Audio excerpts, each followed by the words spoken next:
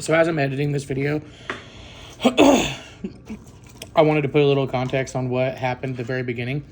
And I forgot to chalk the truck before I aired it up. So when I aired it up, it just took off rolling.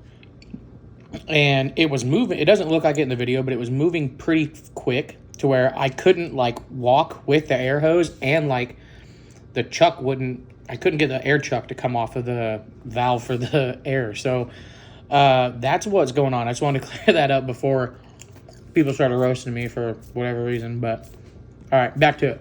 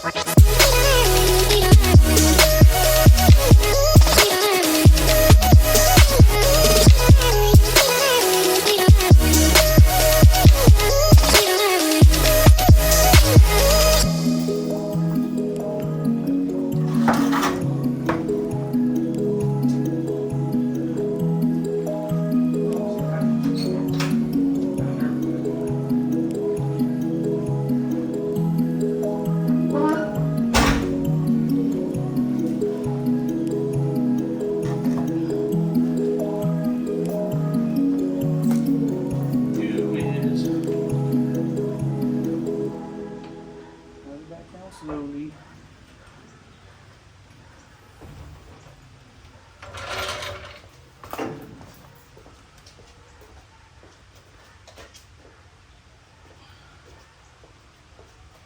This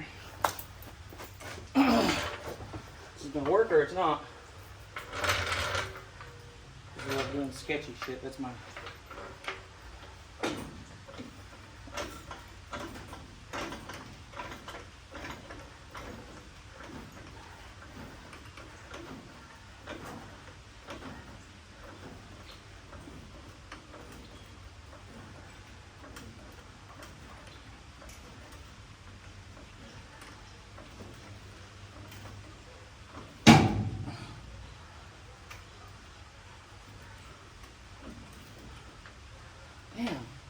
For reals?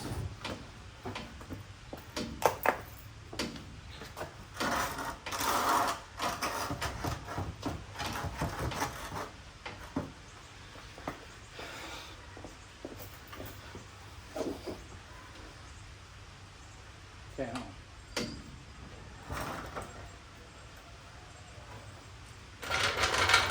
Oh, fucking Christ. That's just my luck, isn't it?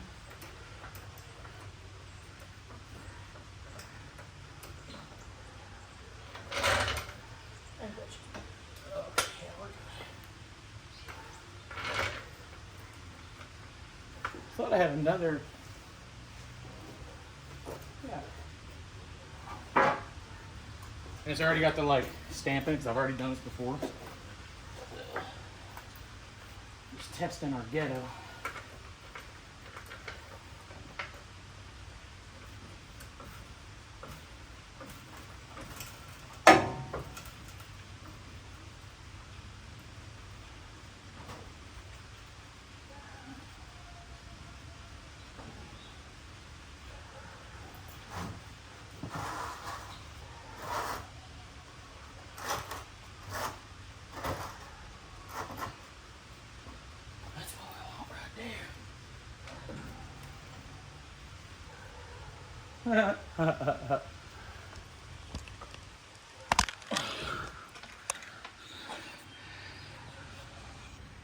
Yeah.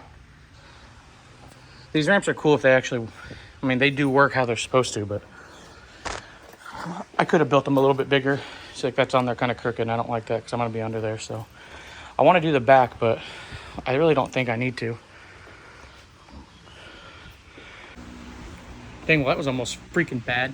I got it up on the little stands or whatever that I built, little 2x4 stands.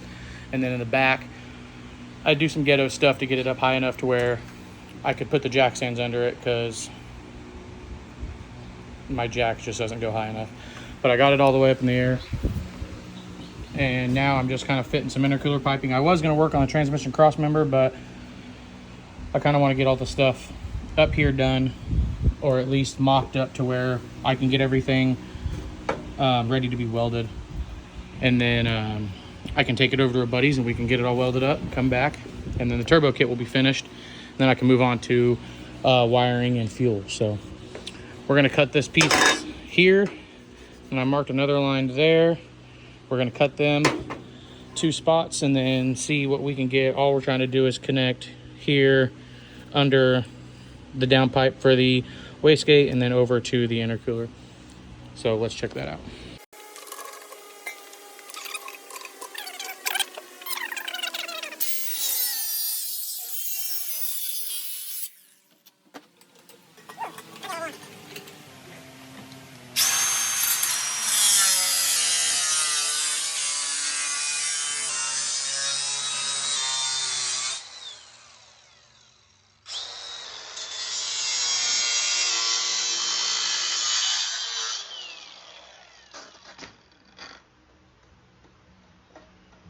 Check that out. Perfect circle.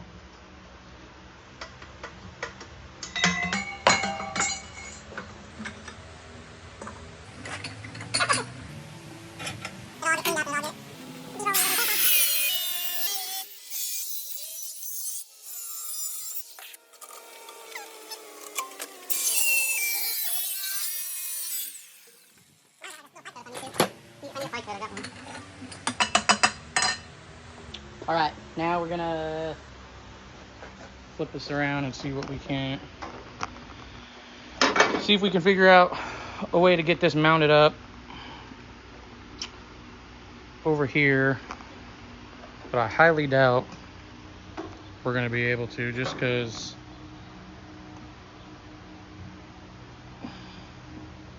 the way that it's bent, or the way that the, oh, maybe?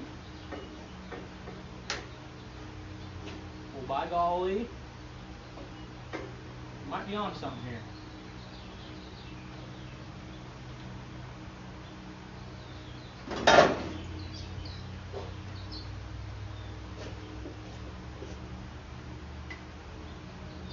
Ow, yeah. It's still hot. Okay, so I've got this little, end up being like a really large kind of like pie cut when I cut this one off of here.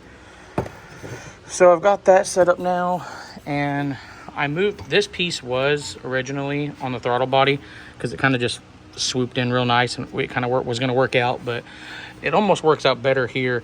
So I think if I shorten this one a little bit more, I can use that little pie cut there, and then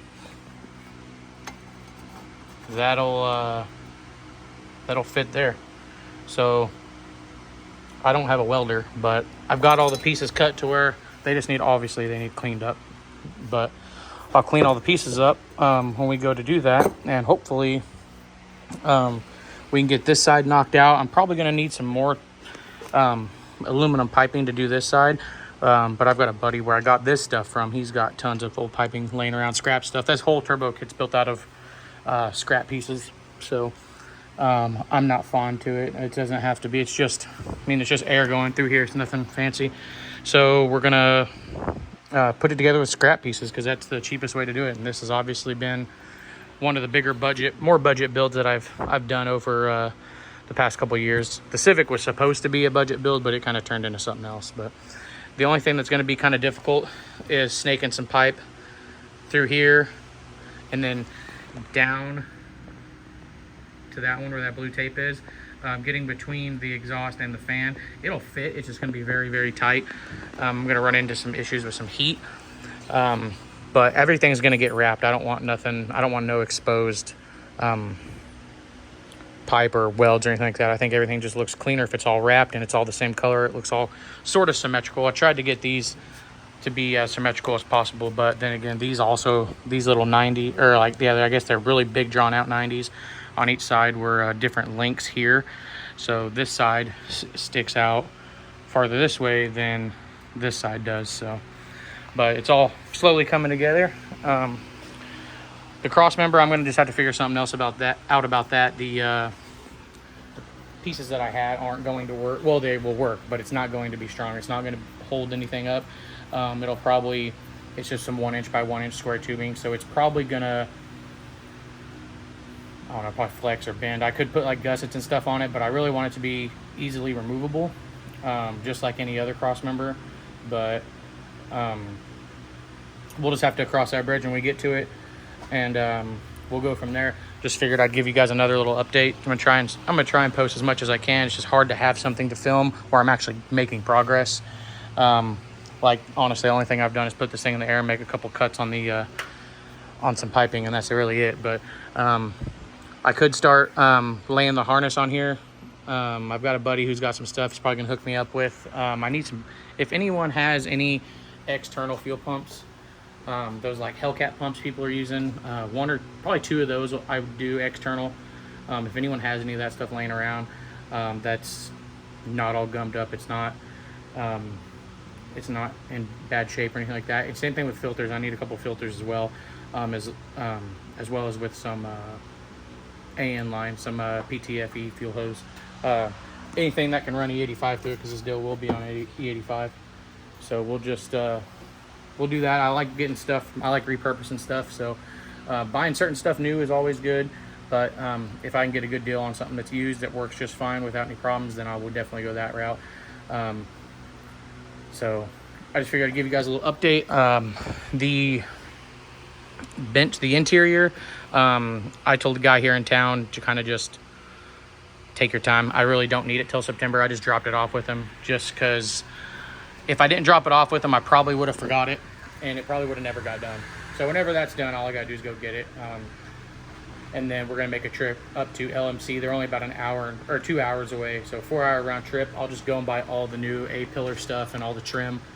I'm not putting seatbelts in this thing. I don't care what anyone says. You guys can roast the shit out of me for that, but the seatbelts for new ones, because I want the interior to be 100% new, clean OEM parts. You know, I don't want to have to buy some seats and clean them, or seatbelts and clean them up and all that stuff.